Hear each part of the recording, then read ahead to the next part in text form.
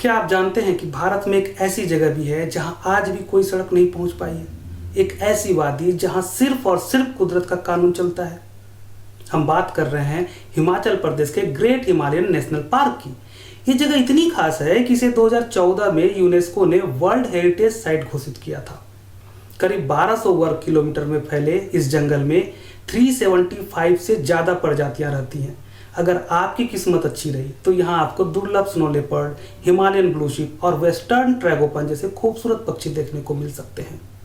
लेकिन यहाँ का सबसे बड़ा चैलेंज पता है क्या है? इस पार्क के अंदर जाने के लिए कोई पक्की सड़क नहीं है। जी हाँ, यहाँ पहुंचने का इकलौता रास्ता है मीलों लंबी पैदल ट्रैकिंग।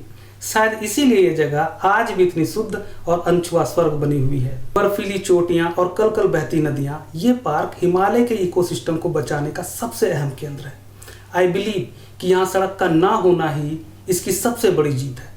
रोडलेस कंजर्वेशन ही हिमालय की असली खूबसूरती और बायोडायवर्सिटी को बचाने का एकमात्र तरीका है। क्या आप भी ऐसी किसी अनटच्ड जगह पर कभी गए हैं? कमेंट्स में हमें जरूर बताएं।